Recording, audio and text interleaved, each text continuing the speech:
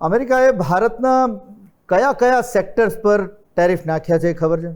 કોઈ એમ પૂછે ને તો કહેવું પડે કે ભાઈ કયા સેક્ટર્સ પર ટેરિફ નથી નાખ્યા ને એ પૂછ, કેમ કે એનું લિસ્ટ તો આમ આંગળીના વેઢે ગણાય એટલું હવે નાનું બચ્યું હશે.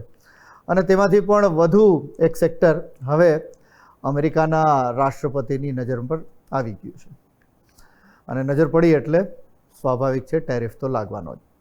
આ સેક્ટર એટલે સોલાર મેન્યુફેક્ચરિંગ સેક્ટર.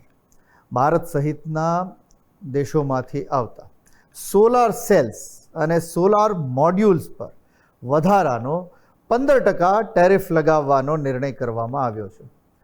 શું આ નિર્ણયથી ગુજરાતના મુન્દ્રા, અમદાવાદ, સુરત અને ધોલેરામાં ઊભા થયેલા સોલાર મેન્યુફેક્ચરિંગ હબને ફટકો પડશે?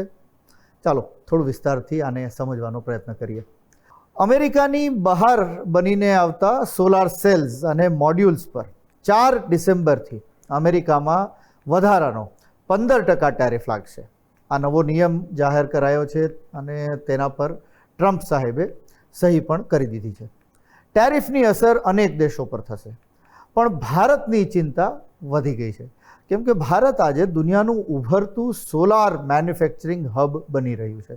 ભારતમાં આજે 160 ગીગાવોટથી વધુ સોલાર મોડ્યુલ મેન્યુફેક્ચરિંગ કેપેસિટી છે. તેની સામે આપણા દેશની વાર્ષિક જે ડિમાન્ડ છે એ માત્ર 40થી 50 ગીગાવોટ જેટલી છે. એટલે ભારતીય કંપનીઓ વધારાના સોલાર મોડ્યુલ અને જે સેલ્સ છે એ એક્સપોર્ટ કરે છે, અને ભારતના સોલાર સેલ્સ અને મોડ્યુલ્સના 95%થી વધુ એક્સપોર્ટ ઓર્ડર્સ અમેરિકામાં જાય છે.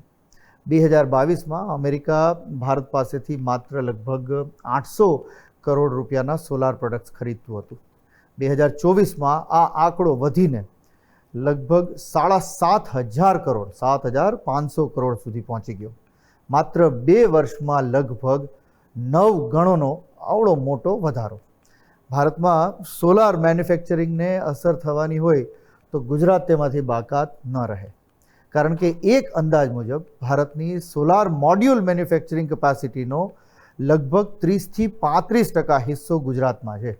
મુન્દ્રામાં વિશાળ એક સોલાર મેન્યુફેક્ચરિંગ ઇકોસિસ્ટમ ઊભું થઈ રહ્યું છે. અમદાવાદ અને આસપાસ વારી સહિત અનેક ઉત્પાદકોની હાજરી છે. ધોલેરા સ્પેશિયલ ઇન્વેસ્ટમેન્ટ રિજનમાં નવી મેન્યુફેક્ચરિંગ ક્ષમતાઓ વિકસાવવામાં આવી રહી છે. ખાવડા દુનિયાના સૌથી મોટા રિન્યુએબલ એનર્જી પાર્ક્સમાંથી એક બની રહ્યું છે. એટલે અમેરિકાના એક્સપોર્ટ ઓર્ડર્સ ધીમા પડે તો તેની અસર સૌથી પહેલાં ગુજરાતના એક્સપોર્ટ ઓરિએન્ટેડ મેન્યુફેક્ચરિંગ પર સીધી દેખાઈ શકે છે.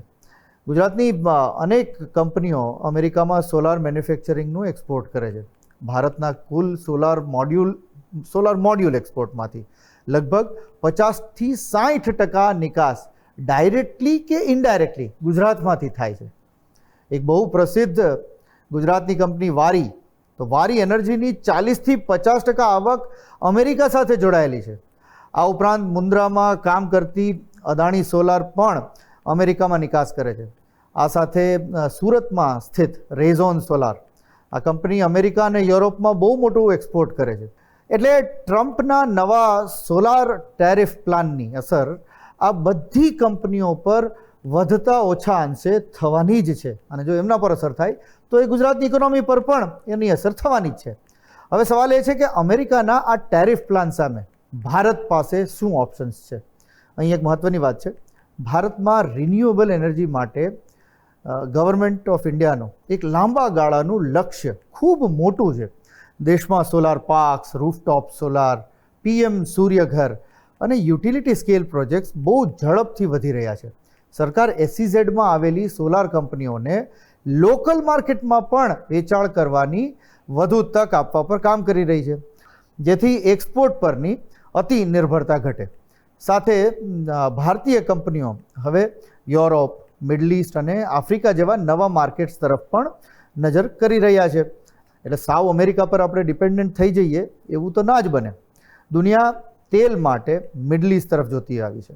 હવે દુનિયા ક્લીન એનર્જી માટે સોલાર તરફ જોઈ રહી છે, અને સોલારની આ વૈશ્વિક રેસમાં ગુજરાત હવે માત્ર એક રાજ્ય નથી, પરંતુ ભારતનું એનર્જી ગેટવે બની ગયું છે. એટલા માટે ટ્રમ્પનો જે ટેરિફ એ માત્ર એક્સપોર્ટ પરનો ટેક્સ નથી, પરંતુ ગુજરાતની ગ્લોબલ કોમ્પિટિટિવનેસ સામેનો એક બહુ મોટો પડકાર છે.